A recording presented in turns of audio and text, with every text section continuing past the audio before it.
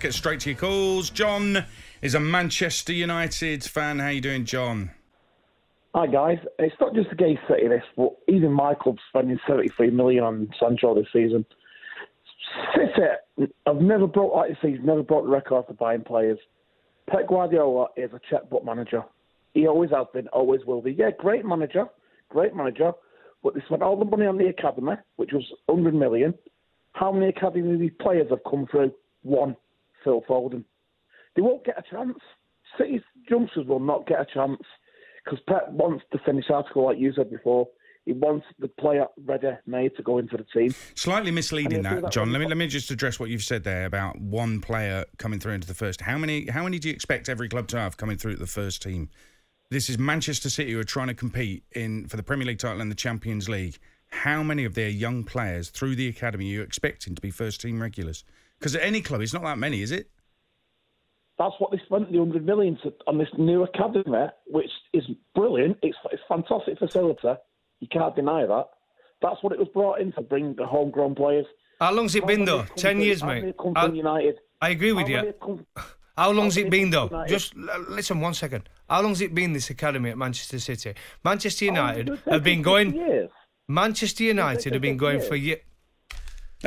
Just hang on, mate. Manchester United have been going for years doing this with the youth policy and bringing them through. Manchester City have spent this 100 million, only just started. They've only been really successful with this new money for what, the last 10, 12 years?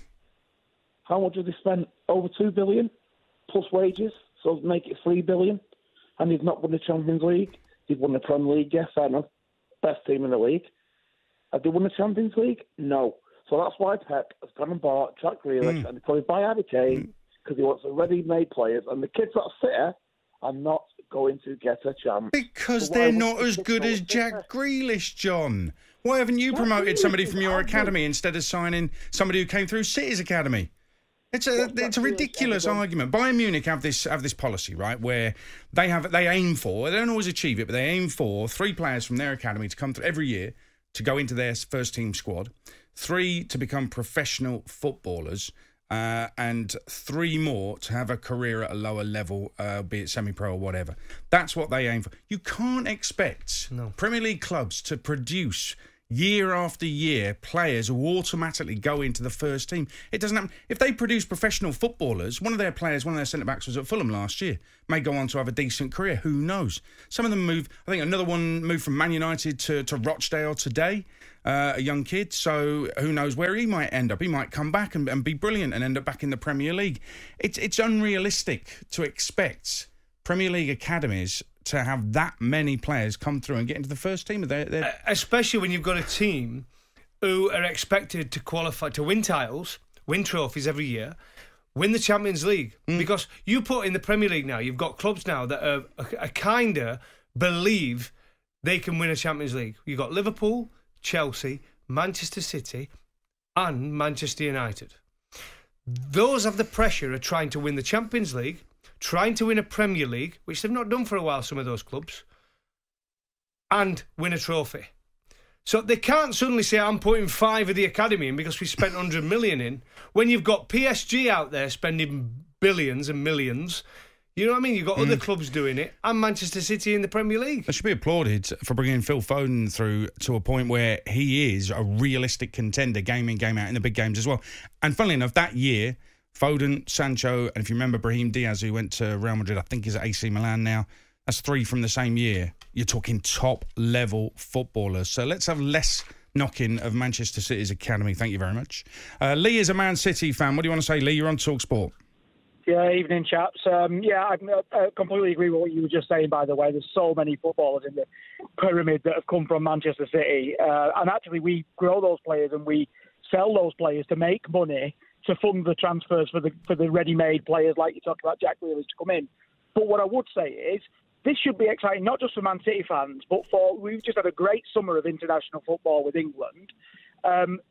Jack Grealish coming to Manchester City is really good news for England because, as Darren was just saying previously, Pep Guardiola takes a very, very good high-level player and makes them even better.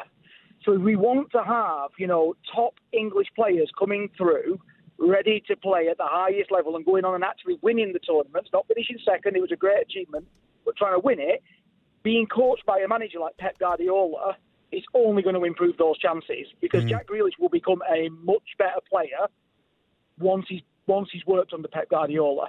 And any player that's ever come into our system and bought into what Guardiola wants from them has gone on to get better. Only the players that don't end up going out through the door the other way. And that's not on Pep, that's on the player himself and what they want to achieve. So I think it's great news for City, great news for England. And listen, if Jack Grealish gets even better under Pep, that's got to be good news for the player and for England as well. And let's not forget that you may have disagreed with Gareth Southgate on selection. You may have wanted Grealish in the side, but Southgate brought him on in a game and then to protect the lead, brought him off. So he clearly sees, whether he's right or wrong, but he clearly sees something in Jack Grealish's game that defensively he thinks is weak, okay? So whether you agree or not is irrelevant, really. That's what Southgate sees. And by the way, in that game it worked. It did protect the lead. He may have stayed on and they'd have protected the lead, but Pep Guardiola won't have that. He'll want his player to be ready-made for 90 minutes of action and do the defensive stuff as well as the creative stuff. He makes sure his players do that. And if you look at some of his signings, it sometimes takes him a while to get into the side. Mahrez took a while to settle. At one point, I thought he's going to be there one season, he's getting rid. Yeah, he really is. And with Ferran Torres started last year, and then he disappeared. For large parts of the season, didn't play him. It'll be interesting what happens with him now, if he's going to get any game time. So there's lots of players like that who he brings in, he thinks, not quite ready. John Stones took him out of the firing line, made him better on the training ground. When he was ready and confidence was back, brought him back into the side, and look what happened. Yep, absolutely right. He does make players better, that is true.